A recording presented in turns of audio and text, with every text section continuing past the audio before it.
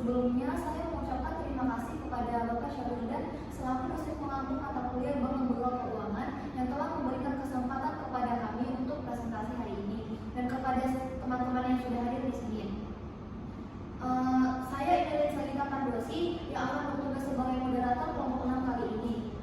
Di sini kami akan membahas tentang dana pensiun, dan pada kesempatan kali ini saya tidak sendiri. Saya ditemani dengan rekan-rekan, yaitu ada saya Raffi Juliani, saya Kofifa Safadilah, saya Putri Ibu Imamu. Baiklah, kami akan memulai presentasi kali ini. Di sini ada yang tahu tentang dana pensiun nggak?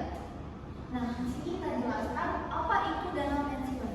Dana pensiun adalah program yang mengumpulkan dan mengelola dana dari peserta selama masa kerja untuk menyediakan manfaat keuangan pada saat pensiun. Selanjutnya, ada jenis-jenis dana pensiun. Yang pertama itu ada dana pensiun pembawa keuangan, yaitu dana pensiun yang diselenggarakan oleh bank atau perusahaan asuransi jiwa. Contohnya itu program DPLK yang diselenggarakan oleh Bank Mandiri.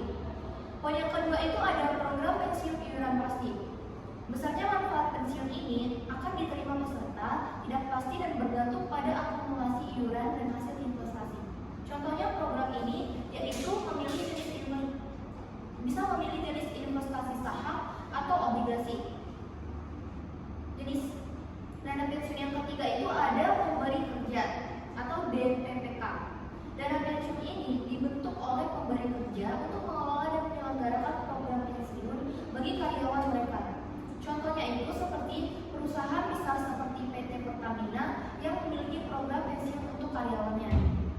Selain itu ada dana pensiun syariah. Dana pensiun ini dikelola berdasarkan prinsip-prinsip syariah. Contohnya itu seperti Bank Syariah Indonesia. Selanjutnya akan dibacakan oleh Taleni. Selanjutnya ada tujuan dana pensiun. Yang pertama, menyediakan penghasilan selama pensiun. Dana pensiun bertujuan untuk memberikan penghasilan yang stabil kepada peserta selama masa pensiun agar dapat memenuhi kebutuhan hidup mereka. Yang kedua, mengatasi risiko kehidupan di masa pensiun. Program ini dirancang untuk membantu peserta mengatasi risiko kehidupan yang mungkin terjadi selama masa pensiun. Yang ketiga, mendorong penghematan dan investasi jangka panjang. Dana pensiun mendorong peserta untuk melakukan penghematan dan investasi jangka panjang agar dapat mempersiapkan masa pensiun dengan lebih baik. Yang keempat, memberikan keamanan finansial. Tujuan utama dana pensiun adalah memberikan keamanan finansial kepada peserta di masa tua sehingga mereka dapat dengan tenang dan nyaman setelah pensiun. Dan yang terakhir, mengurangi beban pemerintah. Dengan adanya program dana pensiun yang efektif, beban pemerintah dalam menyediakan jaminan sosial bagi para pensiun dapat dikurangi.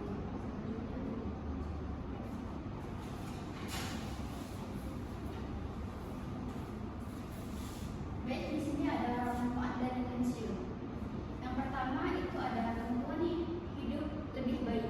Dana pensiun yang mencakup memungkinkan seorang menjalani hidup yang lebih layak dan nyaman tanpa harus bekerja keras di masa tua.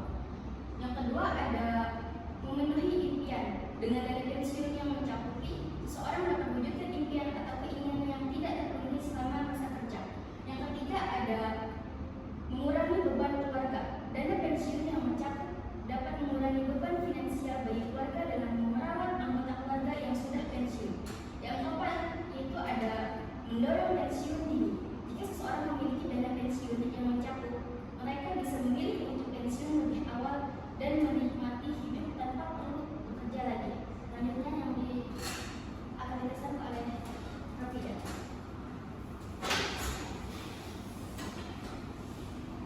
Nah, di sini selanjutnya ada kelebihan dan kekurangan dana pensiun. Kelebihannya, pertama, memberikan penghasilan tetap setelah pensiun yang membantu menjaga standar hidup lebih layak. Yang kedua, investasi jangka panjang. Yang ketiga, manfaat pajak atau seperti mendapatkan keringanan